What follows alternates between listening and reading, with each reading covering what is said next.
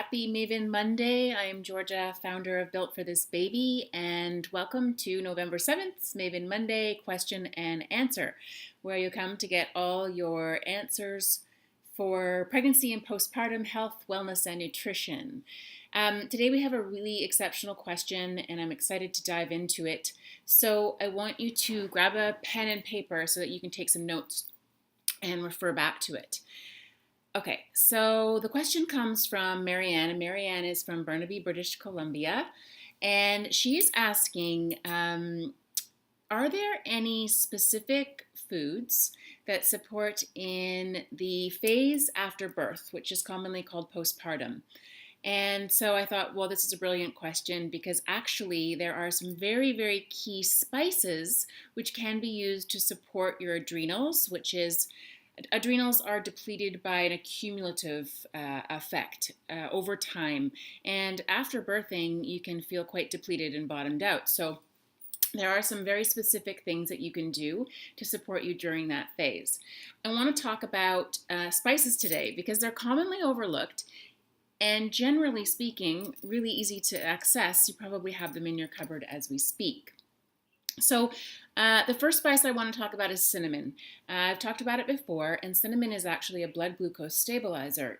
You want to use about half a teaspoon daily, and you can add it to your tea, you can add it to your oatmeal, you can add it to your chia parfaits, you can add it on top of just about anything, really. I really, really like cinnamon for blood glucose stabilizing, and that's really important to maintain mood, energy, libido, those types of things. Turmeric is this, godly creation that is getting a lot of press. And I've talked about how to use turmeric and the properties of turmeric being curcumin and getting as much bioavailable curcumin as possible. You want to pair it with a fat like nuts or peppercorn, the pippernut and peppercorn. And I have a video here on YouTube that talks all about curcumin, and you can check that out after.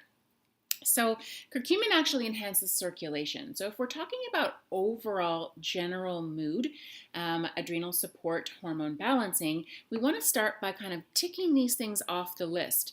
And enhancing circulation, I have very cold hands and feet. It's kind of my thing. And to be honest, it's hard for me to maintain good circulation. So I do a couple of things. One is I add turmeric to my food, and that really helps. The other I do is make sure that I'm using, in the wintertime, I'm doing warming things, eating warming food. So not a lot of raw food in the wintertime. So I'm not eating big giant salads. I'm eating grounding soups and stews and warm bowls and warm morning foods like oats and so those things.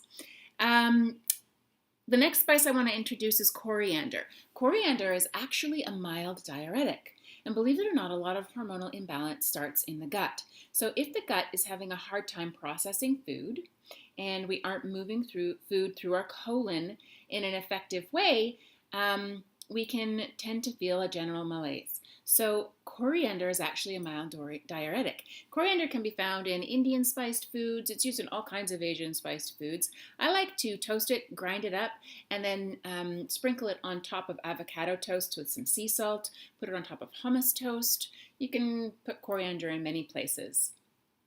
Next, we're going to talk about thyroid function. So thyroid helps us to feel energy. It helps the metabolic process, so it helps to maintain weight.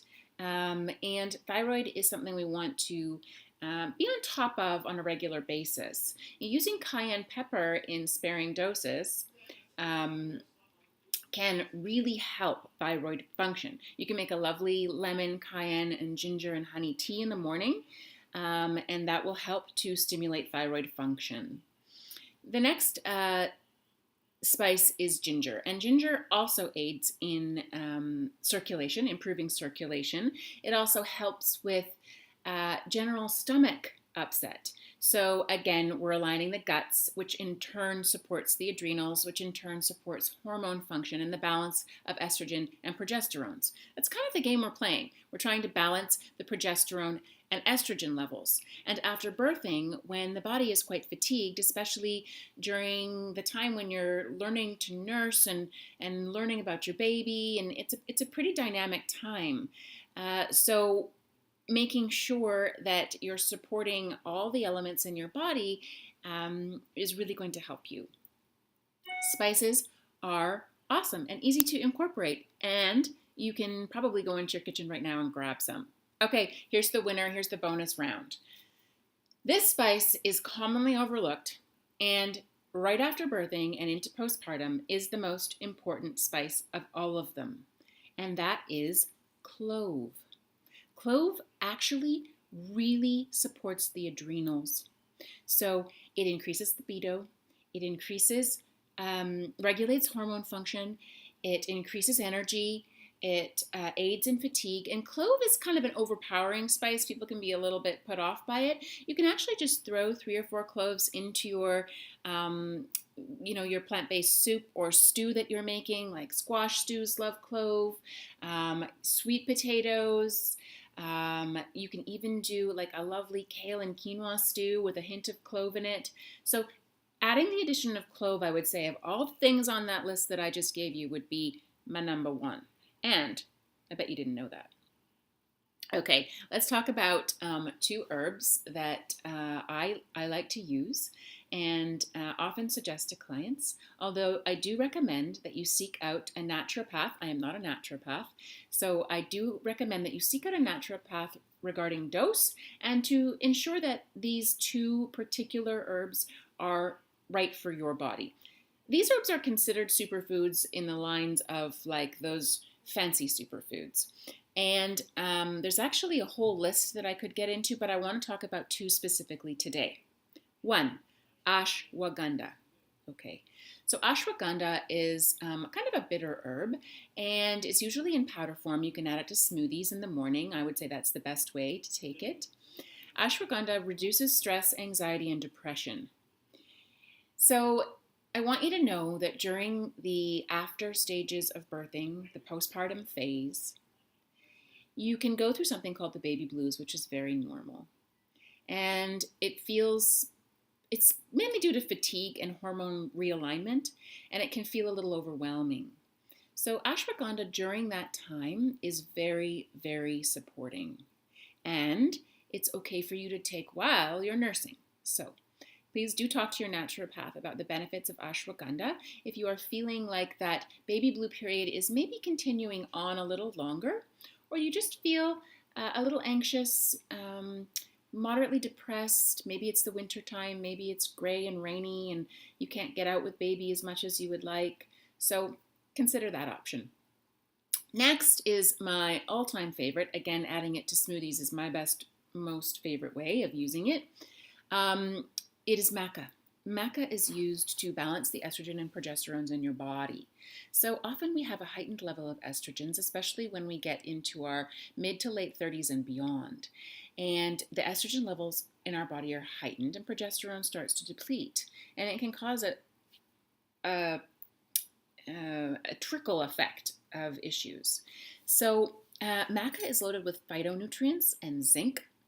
It also supports it can support PMS symptoms, or if you're nursing and you aren't having PMS symptoms, it can support that rejiggering of hormones during that phase.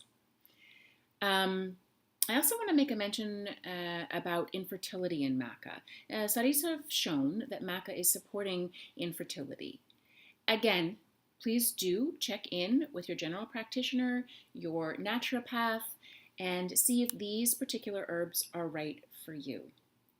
If you like this video, please do comment and share it and like it. We need your support. We're new and we're starting this with all the excitement and passion we have, and we want to supply you with amazing answers to all your questions. So please email me your questions to contact@builtforthisbaby.com or check out our comments page on builtforthisbaby.com. I look forward to seeing you next Monday on Maven Mondays. Ciao.